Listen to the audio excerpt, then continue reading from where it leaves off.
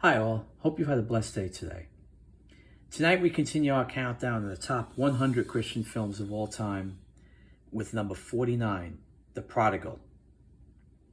And this film stars Lana Turner, who was a very popular actress in the 40s and 50s.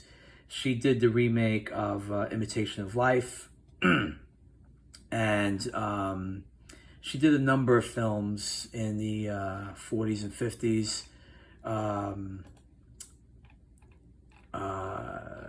Postman Always Rings Twice. She did a movie called I can't remember, to be honest, but those are the two that I remember her being in that were really popular. Was Imitation of Life and The Postman Always Rings Twice. This film also stars Edmund Purdom as Micah. And I really, honestly don't remember him from anything else except this movie. But it also stars Audrey Dawson as Ruth, and everyone knows the story of Ruth. And Audrey actually starred in the 1953 version of Titanic with Barbara Stanwyck as her mom. And she did a lot of TV in the 60s. Dr. Kildare, Bonanza, things like that.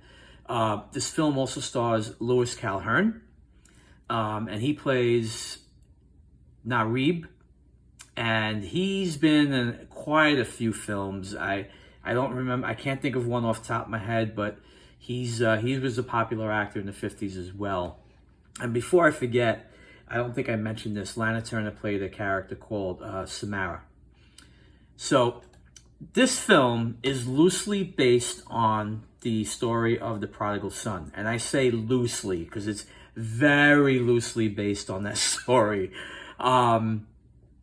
Micah, one night he sees this high priestess, Samarra, who actually worships several gods, and Micah worships the one true God. And so Micah sees her and says, you know what? I'm going to make her mine. So he asks his father to give him his inheritance, and he goes to the city of Damascus, and he hunts her down, finds her, and she decides, because he's got so much wealth at this point, because remember, he got his inheritance, Samarra decides to seduce him into losing his inheritance and turning his back on God and worshiping other gods. And so that's how the story goes. And you know the rest of the story. I mean, he winds up finding his way back home eventually, and his father forgives him and gives him a big feast. But as you could see, the way Lana Turner is dressed here, she's dressed like this throughout the whole movie. And like this. The Prodigal, do not... Listen, Lana Turner is a very talented actress. She deserved a lot better than this trash.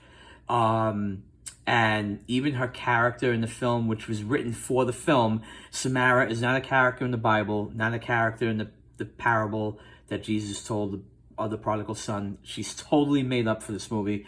The character deserved more. Lana Turner deserved more. This movie was...